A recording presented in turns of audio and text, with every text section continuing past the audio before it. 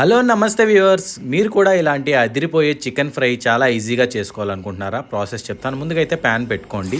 Oil పోసాక ఉడికించి పెట్టుకున్న chicken ఉంది కదా, అది ఎలా ఉడికించుకున్నానంటే పసుపు, ఉప్పు, అల్లం వెల్లుల్లి పేస్ట్ వేసుకొని కొన్ని నీళ్ళు అయితే పోసుకొని బాగా అయితే ఉడికించుకున్నాను. హై ఫ్లేమ్లో పెట్టేసుకొని బాగా ఉడికించుకున్నాను. నీరంతా పోయేంత వరకు ఉడికిన చికెన్ తీసుకొని ఇలాగా వేగిన నూనెలో బాగా వేసుకొని వేయించుకోవాలన్నమాట.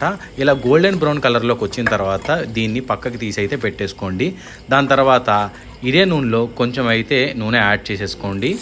దాంట్లోకి కట్ చేసి పెట్టుకున్న ఆనియన్స్ని వేయించుకొని బాగా దోరగా అయితే వేయించాలి. దాంట్లోకి ఒక టేబుల్ స్పూన్ అల్లం వెల్లుల్లి పేస్ట్ వేసుకొని కట్ చేసి పెట్టుకున్న మిర్చి, కొంచెం కరివేపాకు కూడా వేసుకొని అలా దోరగా అయితే వేయించుకోవాలన్నమాట.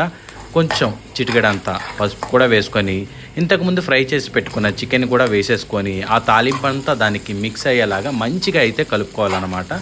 సో మంచిగా కలుపుకుంటూ రుచికి తగ్గ కారం అయితే వేసుకుంటున్నాను. మేము కొంచెం కారం ఎక్కువగా తింటాం కాబట్టి నేనైతే 3 టేబుల్ స్పూన్లు అయితే వేసుకున్నాను. సో మీరు మీ రుచికి తగ్గ అయితే మీరైతే వేసుకోండి. సో అలాగే ఉప్పు కూడా మనం ఆల్రెడీ ఉడికించేటప్పుడు కూడా కొంచెం వేసాను. సో మధ్యలో కూడా ఇప్పుడు మిక్స్ చేసుకొని రుచికి తగ్గ ఉప్పు అయితే నేను వేసేసుకుంటాను అనమాట. సో దీన్ని అయితే మిక్స్ చేసుకోవాలి మంచిగా. మనకి ముక్కకి మసాలా పట్టాలి కాబట్టి కారం మొత్తం ముక్కకి పట్టేలాగా ఈ విధంగా అయితే మంచిగా అయితే మిక్స్ చేసుకోవాలన్నమాట.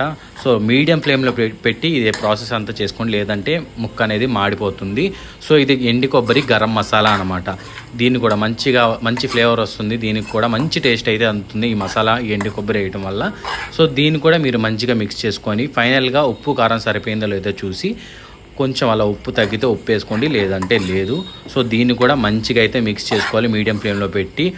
మధ్యలో ఒకసారి ముక్క ఉడికిందో లేదో కూడా చూసుకోవాలి. ఎందుకంటే ఆటోమేటిక్గా ముందే మనం దీన్ని బాయిల్ చేసి పెట్టుకునే చికెన్ కాబట్టి ఎక్కువ టైం అయితే మనకి తీసుకోదు.